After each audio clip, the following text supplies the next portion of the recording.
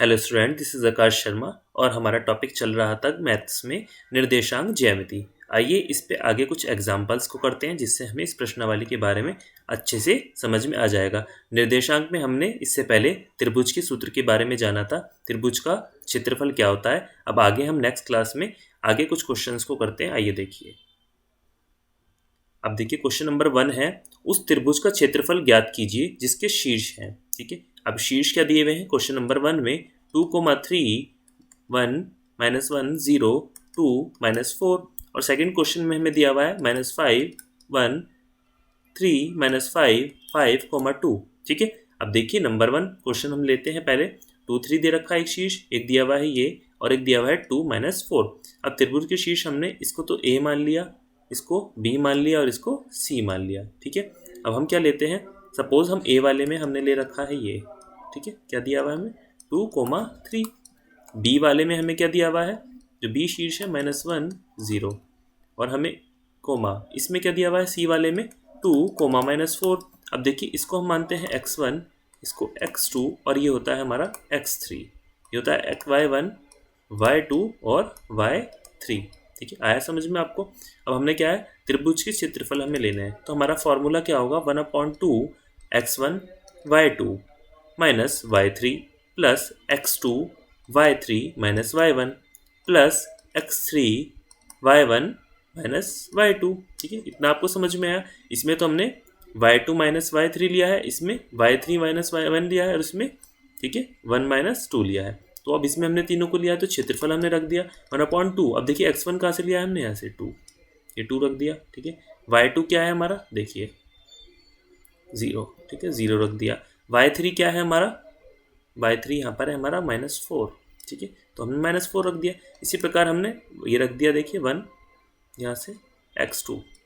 ठीक है, अब इसी प्रकार हमने सारे रख दिए हैं अब इनके मान। तो हमने क्या देखा, इसको सॉल्व करके 1/2 8 + 7 + 6 आ गया और यहाँ पर 21/2। तो हमारा क्या आ गया इसका आंसर 10.5। क्या आ गया इसका आंसर 10.5 वर्ग मात्रक।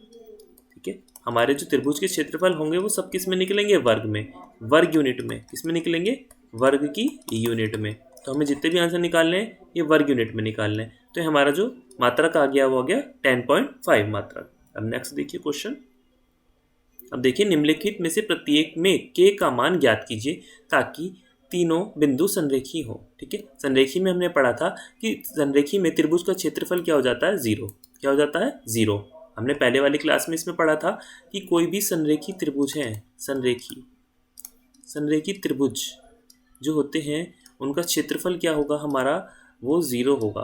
क्या होगा, 0 होगा। अब आगे देखिए, A दिया हुआ है हमें, B दिया हुआ है शीर्षलंब और C दिया हुआ है 3, K करके। अब तीनों संरेखी हैं, तीनों बिंदु कैसे हैं, संरेखी होंगे। इनसे बनने वाले त्रिभुज भी क्या होंगे, शून्य होगा। कैसा होगा, शून्य। कैसा होगा, 0 होगा। अब ABC का क्षेत्रफल देखिए 0। ठीक है, अब हमने पूरा फॉर्मूला रख लिया 1/2 x1 आ गया हमारा। ये क्या आ गया हमारा, देखिए 1 हमने यहाँ से लिया है इसका मान। इन तीनों की वैल्यू हम रख देते हैं पहले, x1 x2 और x3, y1 y2 y3। ठीक है, तो ये क्या आ गया हमारा y2 और y3, ये हमारा x2। ठीक है, ये हमारा y3 और ये क्या आ गया हमारा माइनस में क्या आ गया y1। ठीक है, इसी प्रकार ये हमारा आ गया x3 और ये हमने क्या लिया है ऐसे 2 का मान क्या है y1 और y2। ये हमने पूरा फॉर्मूला रख लिया, दिख गया होगा आपको। तो यहाँ क्या आ गया 7 - 7k + 5k + 10 - 9 = 0। हमने -2k = क्या आ गया -8। तो k = क्या आ गया 4 आ गया। 4 की वैल्यू क्या, इसके आ गई वैल्यू 4। अब तीनों को हमने 0 के इक्वल क्यों रखा है, क्योंकि इसमें क्वेश्चन में बोला हुआ है जो k का मान ज्ञात कीजिए और तीनों बिंदु क्या है, संरेखी हैं। तो हमने तीनों को किसके इक्वल रख लिया, 0 के इक्वल रख लिया। इतना आपको समझ में आया। अब देखिए p दिया हुआ है हमें 8 और 1, Q दिया हुआ है हमें k -4 और R दिया है 2, -5। ठीक है, तीनों हमें पॉइंट दिए हुए हैं। तो हम इस तरीके से इनको एक्स वाई की टर्म में रख लेंगे। ठीक है, ये x1 हो गया, ये x2 हो गया, ये x3 हो गया। ठीक है, y1 y2 y3। इतना आपको समझ में आया। अब तीनों बिंदु संरेखी होंगे तो पी क्यू आर का क्षेत्रफल क्या हो गया, 0 होगा। ये हमने संरेखी वाले चैप्टर में पढ़ा था। अब 1/2 8 हमारा y1 का वैल्यू आ गई, इसकी x2 की आ गई और x3 की वैल्यू आ गई और तीनों हमने y वाली वैल्यू ठीक है, तीनों की वैल्यू यहाँ पर रख दी है, दिख गई होंगी आपको अलग ही। ठीक है, यहाँ से हमने इनको पुट किया है, इज इक्वल टू 0 रखा है हमने। तो 8 minus 6k plus 10 is equal to 0 होगा, तो minus 6k is equal to 18 होगा। तो k इज इक्वल टू क्या आ गया हमारा 3 आंसर आ गया। ठीक है, तो हमारा यहाँ पर k का आंसर क्या आया था 4 आया था, और इसके बाद k का आंसर क्या है हमारा 3 आ गया। तो जब दोनों संरेखीय होंगे तो हम उसको 0 टू इक्वल रख लेंगे। किसके इक्वल रख लेंगे, 0 के इक्वल रख के उस क्वेश्चन को आसानी से सॉल्व कर सकते हैं। अब नेक्स्ट देखिए, हमें एक क्वेश्चन दिया हुआ है, शीर्ष दिए हुए हैं हमें 0 माइनस 1 2 1 0 3 वाले त्रिभुज के मध्य बिंदु से बनने वाले त्रिभुज का क्षेत्रफल ज्ञात कीजिए। इस क्षेत्रफल का दिए हुए त्रिभुज के क्षेत्रफल के साथ अनुपात ज्ञात कीजिए। ठीक है, अब हमें क्या दिया हुआ है, ए बी सी एक त्रिभुज दिया है और एक त्रिभुज दिया है हमें पी क्यू आर। ठीक है, हमें कौन से दिए हुए हैं, 2 दिए हुए हैं। तो ए के तो हमें दिए हुए हैं, पी क्यू आर क्या करना है, मध्य बिंदु से बनने वाले इन दोनों का क्या निकालना है, अनुपात निकालना है। क्या निकालना है, रेशो। ठीक है, रेशो निकालना है। अब देखिए, ए दिया हुआ है, बी दिया हुआ है और सी हमें दिया हुआ है। इसी प्रकार पी की वैल्यू दी हुई है, क्यू की दी हुई है और आर की दी हुई है। तो हम अपना फॉर्मूला रख देंगे। क्या था हमारा फॉर्मूला, 1/2 x1, ठीक है, y2 माइनस, ठीक है, y1 हमारा फॉर्मूला है। अब देखिए हमने क्या किया है यहाँ पर y3, ठीक है, अब प्लस, अब हमने क्या लिखा है x2, और यहाँ पर क्या लिखेंगे हम y3 माइनस y1। ठीक है, यहाँ x प्लस x3, और ये क्या आ गया हमारा, इसे नीचे ले लेते हैं हम y1 माइनस y2। ठीक है, इस फॉर्मूले में हम पूरी इक्वेशन को रख देंगे। हमें a की वैल्यू दी हुई है, b की दी हुई है और c की दी हुई है। ठीक है, तो कुछ इस तरीके से हमारा बनेगा। देखिए 1/2 हम इस इक्वेशन रख देते हैं। हमारा x1 देखिए क्या दिया हुआ है इसमें, x1 x2 और x3। ठीक है, क्या दिया हुआ है, 0 दिया हुआ है। अब हमें दिया हुआ है y2 minus y1 y2 y3। ठीक है, ये वैल्यू दी हुई इनकी देखिए। अब हमने क्या दिया है y2 क्या है हमारा 1। ठीक है, माइनस, अब हमें क्या लेना है, y3 लेना है। y3 क्या है 0, ठीक है, हमारा 3 दिया हुआ है। ठीक है, अब प्लस हम लेंगे x2 दिया हुआ है हमें 2। अब देखिए आगे, देखिए हमें क्या दिया हुआ है y3 माइनस y1, तो y3 माइनस y1, तो y1 माइनस 1 दिया हुआ है, तो माइनस 1 इसको यहाँ रख लेंगे, प्लस x3 हमें दिया हुआ है 0, और हम क्या लेंगे y1 माइनस y2, माइनस का 1 माइनस हमें क्या दिया है y2 की वैल्यू क्या है 1। ठीक है, ये हमारा एक इक्वेशन बन गई नंबर 1। ठीक है, अब सेकंड हमारी बनेगी पी क्यू आर से। ठीक है, तो पी क्यू आर को हम एक बना लेते हैं, हम इसको डिवाइडेशन कर देते हैं, तो 1/2। ठीक है, ये हमारा कौन सा था, ए बी सी। ठीक है, अब लेते हैं हम पी क्यू आर वाला। ठीक है, देखिए अब हमें दिया हुआ है, पूरा मान हम रख देते हैं इसमें, ये x1 x2, ठीक है, पी क्यू आर लेते हैं ना। ठीक है, पी क्यू आर हम लेते हैं, तो क्यू आपको दिया हुआ है ये रहा। ठीक है, x2, और ये हमारा आ गया x3, y1 y2 y3। ठीक है, हमने फॉर्मूले में रख दिया, तो हमारा पहले क्या आएगा, ये देखिए x1, इसमें x1 दिया हुआ है 1। ठीक है, फिर हमारा क्या आएगा y2 माइनस y3।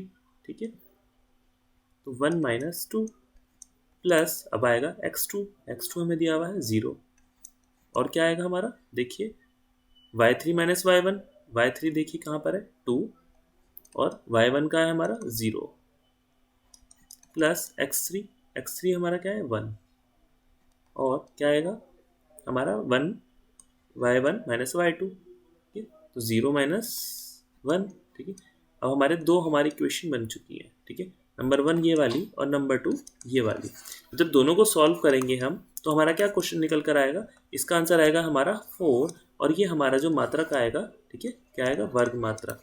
ये 4 वर्ग मात्रक आएगा। आप सॉल्व करके देख सकते हैं इस क्वेश्चन को, और कोई प्रॉब्लम आए तो आप मुझसे पूछ भी सकते हैं डाउट सेशन में। अब देखिए, ठीक है, तो हमारा क्या अनुपात आया, 4:1। ठीक है, इन्होंने अनुपात ही तो पूछा है, दोनों क्षेत्रफल के अनुपात ज्ञात कीजिए। तो हमने इस क्वेश्चन को अच्छे से समझा, यहाँ पे इसकी वैल्यू पुट की, यहाँ पी क्यू आर की वैल्यू पुट की, तो हमारा इसका मात्रक आएगा 4 और इसका आएगा 1। आप इसे सॉल्व करके देखेंगे तो यही आंसर आएगा। अब नेक्स्ट देखिए, उस चतुर्भुज का क्षेत्रफल ज्ञात कीजिए जिसके शीर्ष इसी क्रम में हमें ये दिए हुए हैं -4 -2 -3 -4। ठीक है, -3 -2 और 2 3 हमें दिए हुए हैं। ठीक है, जब हम ऐसे शीर्ष लंब वाला निकालते हैं तो हमने इस क्वेश्चन को किया हुआ है पहले भी। ए, ठीक है, ये बी सी और डी हमें दिए हुए हैं, चतुर्भुज के शीर्ष हैं, ठीक है, ए बी सी और डी दिए हुए।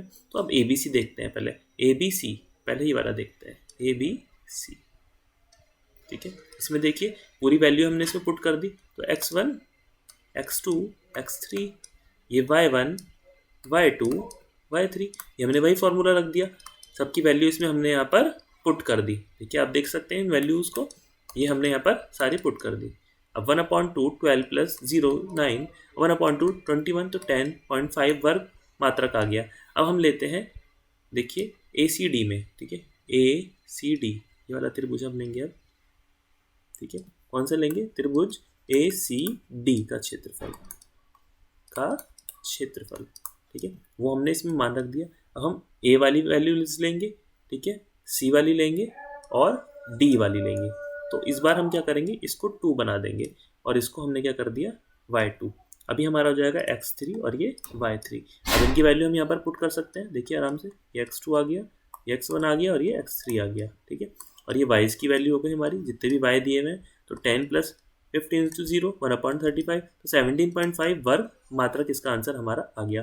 तो सब अब इनका क्षेत्रफल क्या होगा, हमने अलग अलग निकाला है, पहले इसका निकाला फिर इसका निकाला। अब दोनों को हमने क्या कर देना, जोड़ देना है। हमने पहले क्वेश्चन में भी क्या है, तो त्रिभुज एबीसी का क्षेत्रफल प्लस त्रिभुज एसीडी का क्षेत्रफल, तो 10.5 प्लस 17.5 वर्ग मात्रक क्या हो गया, 28 वर्ग मात्रक। क्या है आंसर हमारा, 28 वर्ग मात्रक। तो हम दोनों त्रिभुजों को इसके एक साथ जोड़ देते हैं अलग अलग निकाल के। अब देखिए कक्षा 9th में आपने क्या पढ़ा है, अध्याय उदाहरण 3 में क्या देखा है कि त्रिभुज की एक माध्यिका उसे बराबर क्षेत्रफलों वाले 2 त्रिभुजों में विभाजित करती है। उस त्रिभुज एबीसी के इस परिणाम का सत्यापन कीजिए जिसके शीर्ष हमें ये दिए हुए हैं, ठीक है, ए भी दिया हुआ है, बी दिया हुआ है और सी दिया हुआ है, ठीक है, ए बी और सी, और ये हमें शीर्ष दिए हुए हैं उसकी, ठीक है। इसको हम x1, इसको x2, इसको x3 मानते हैं, इसको y1 y2 और y3 मानते हैं, ठीक है। ये हम BC के मध्य बिंदु D के निर्देशांक लेंगे, ठीक है। तो हम देखिए इस तरीके से लेंगे, x1 plus y2 y1 plus y2/2 is equal to, तो हमने क्या लिखा, x1 की वैल्यू हमने ले ली, ठीक है, यहाँ हमने वैल्यूज रख दी y1 और उसकी, तो हमने क्या लिया है D के निर्देशांक, तो हमारा क्या निकल कर आया है 4,0। अब ABD देखते हैं, ABD वाला त्रिभुज देखते हैं, ठीक है, ABD वाला 1/2 हमने पूरा फॉर्मूला जो हमने लिखा हुआ है, ठीक है, ये x1 वाला x2 x3 और ये हमने y की वैल्यू रख दी, किसकी वैल्यू रख दी बीच में, y की वैल्यू, ठीक है। अब देखिए आके 1/2 - 8 प्लस 18 - 16 इज इक्वल टू 1/2 - 6 हमारा क्या निकल के आया 3। तो हम माइनस ऋणात्मक मान नहीं लेते, ठीक है, ऋणात्मक मान हम इसमें नहीं लेते, ठीक है, ऋणात्मक इसमें माइनस का चिन्ह हो तो हमने नहीं लिया, तो 3 मात्रक इसका आंसर आ गया। अब ACD वाला क्षेत्रफल लेंगे, 1/2, ठीक है, ये x1 की वैल्यू, ये x2 की और ये x3 और ये हमारी y की वैल्यूज दी हुई है, ठीक है, जो हमारा फॉर्मूला बना हुआ है 1/2 8 प्लस 30 माइनस 32 1/2 6 3 मात्रक। अब त्रिभुज ABD का क्षेत्रफल त्रिभुज ACD का क्षेत्रफल बराबर 3 वर्ग मात्रक, ठीक है, क्या होगा 3 वर्ग मात्रक, ये भी 3 वर्ग मात्रक और ये भी 3 वर्ग मात्रक। तो दोनों क्या है कि त्रिभुज की माध्यिका उसे बराबर क्षेत्रफल वाले 2 त्रिभुजों में विभाजित करती है, तो दोनों का आंसर क्या आ गया 3 आ गया। तो हमारा ये यहाँ से क्या हो गया, प्रूव हो गया। हम नेक्स्ट देखिए, अब देखिए हमें कुछ नोट्स दिए हुए हैं, हम इनसे पढ़ के थोड़ा सा इसकी नॉलेज लेते हैं कि हमारा दूरी सूत्र क्या है, इनके बीच की दूरी क्या है।